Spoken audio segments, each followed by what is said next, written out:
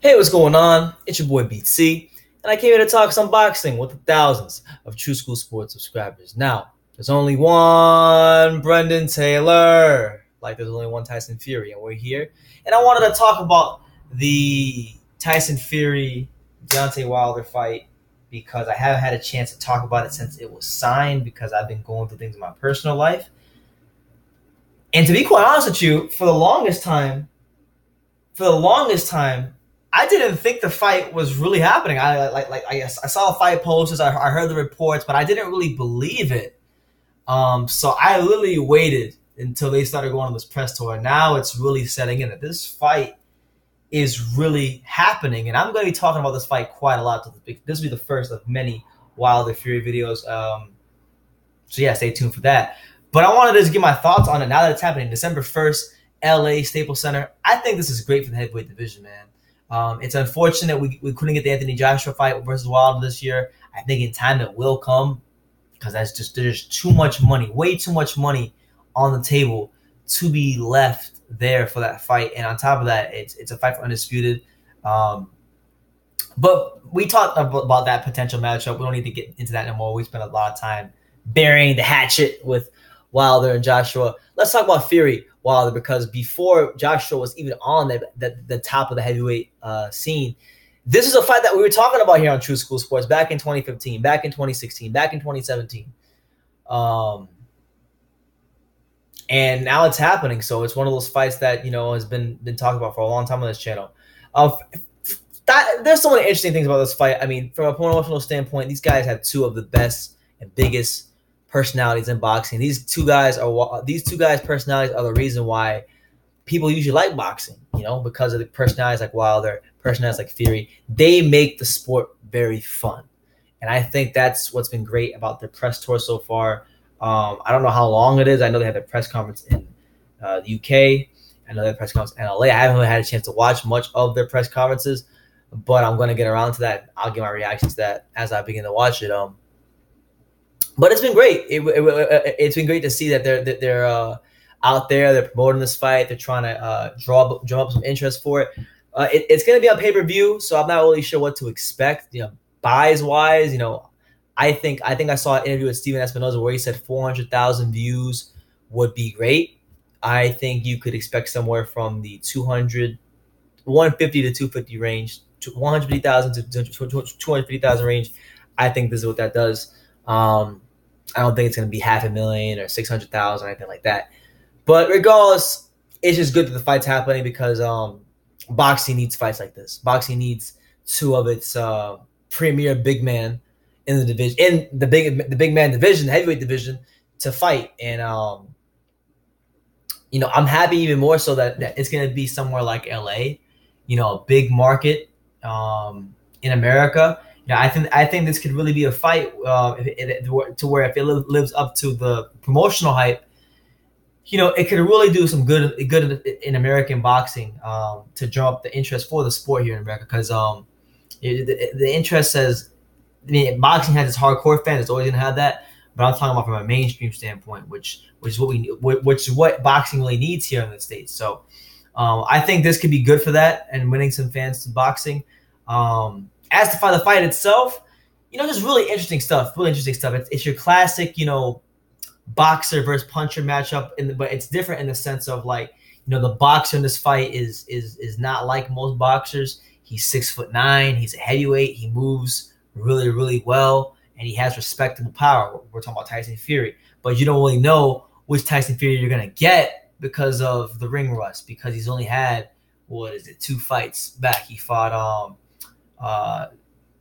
Sefer Safari, and then he fought Francisco Pineda, whatever his name is, and he got a couple rounds in there, knocked a couple cobwebs off, and he's going straight to Wilder. So I give Fury credit because to overcome drugs, alcohol, depression, the things he's overcome in his own personal life that can really F you up as a fighter, and then have 2 tune-up fights. And really, he had 2 tune-up fights, but when you factor in all he's had to overcome just to have those 2 tune-up fights, it's really still kind of, I would say at least, too early for him to fight a guy like Wilder. But he said, hey, I'm going for the gusto. Give me Wilder. And I mean, that could be stupid, but I respect it. I respect the ambition. As for Wilder, people are gonna say, well, like this fight, is a fight he should win. He should go in there and dominate Fury, who's been inactive.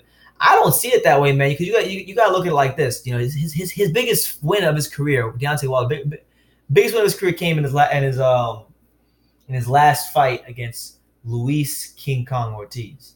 And in that fight, I thought we learned a lot about Wilder. I thought, it was a regular Wilder fight where we saw his vulnerability to get exposed, but he showed the ability to endure it. He showed the ability to just overall, endure being hurt in the fight against a guy who has so much amateur experience, a guy with really good power, and a guy that's one of the most skilled heavyweights in the world, I would say. So it was a great win for him, and it was a night in my eyes where I looked at Wilder as finally growing up in the heavyweight division, getting that big quality win. So with that being said, man, we'll say this about this fight.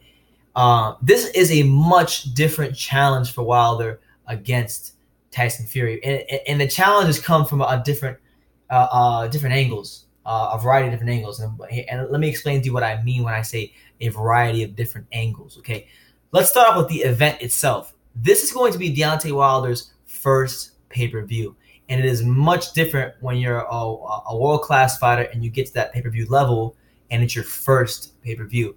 There's more media obligations. There's more things you got to go through during fight week, and it can really F with your routine that you're used to and affect you come fight night. So he's gonna have to deal with that. Fury's been a big fight already. He's been in a big fight with Klitschko, fought in front of 40,000 people in Germany, made that long ring walk. So he's been here before. He knows what to do. This will be kind of new for Wilder because this is Wilder, a guy that's been in fights where I've been in the arena for some of his more recent fights. When he fought Stavern, it wasn't a sellout. There were only like 9,000, 10,000 people there. They had more than 70% of the upper deck tarped off. You couldn't even get seats for those because they sectioned out part of the arena. So this will be new for him. It's a big fight. You're in a big market, more media obligations. Then you got, from a boxing standpoint, you're fighting a 6'9" heavyweight who moves really, really well, and he's going to be tasked with the challenge of having to find and hit Tyson Fury, which, is still going to be a challenge for him. But if he does, as we've seen with every opponent he's been in there with, it's very possible Fury can fall down. Steve Cunningham has knocked him down, so it's not out the realm of possibility that Wilder could put him on his ass. So that's what makes it fight interesting. And then for Fury, it's like you're fighting a guy on Wilder who's much like you, who's awkward. And that's what makes this fight interesting to me, is like these are two very, very awkward fighters in their own way. Wilder awkward in the sense of where like his jabs come from different places, his punches get real loopy, but when they hit you, they put your lights out, they make you cease in the ground, and he's the most destructive one punch knockout artist in boxing. So that awkwardness is it sets up the power. Fury's awkwardness is to make you look silly and throw your timing off. So this would be that classic, that boxer versus puncher, dynamic where we see will it be Fury who kind of offsets the timing of Wilder and doesn't allow him to land those hard shots, or will it be Wilder who finds the right shot and eventually puts Fury's lights out? That's the fun part of this fight to me. The winner of this fight will be in prime position to fight Anthony Joshua. And I think whether Wilder wins or Fury wins, I think it's going to be great, because if Wilder beats Fury, as many would expect, due to Fury's layoff, Wilder is going to be the American champion that's going to fight Anthony Joshua in the first undisputed heavyweight title fight since Lennox Lewis and Evander Holyfield. And I got the magazine on my table right over there. I keep it around me for inspiration sometimes. Big fight. It's been almost 20 years since we had undisputed fight for heavyweight titles. Then you have, but if he doesn't win, if Fury winds up upsetting Wilder, I don't want to call it upset, but if he beats Wilder, then all of a sudden that's the biggest fight in British boxing history. And now you got, and that would be like a tale of two different characters. You have the clean cut, well-spoken, politically correct Anthony Joshua, and then you have the not so clean cut, colorful Tyson Fury. Two guys represent two different types of people in the world, and two different two way different boxing styles. I think it'd be a fun fight to watch.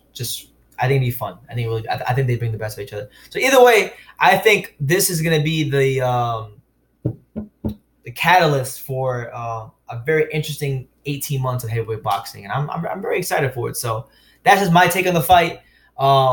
As to who I think will win, man, I go back and forth on this. I think Wilder should beat Fury because of the ring rust, but then it's like, man, Fury, to me, if there was a guy in boxing, if you said, Brandon, if there was a guy in boxing who you think could overcome a 3-year layoff and win a big fight with very little to no tune-ups, who would it be? And this guy be around the top of my list, I'll be honest with you, because I think Fury just has skills you can't teach. He has skills that don't leave you, as far as being that big, being that, be able to move, slip, roll, with certain shots. He has just so many intangible skills that I think are going to get him a long way in this fight.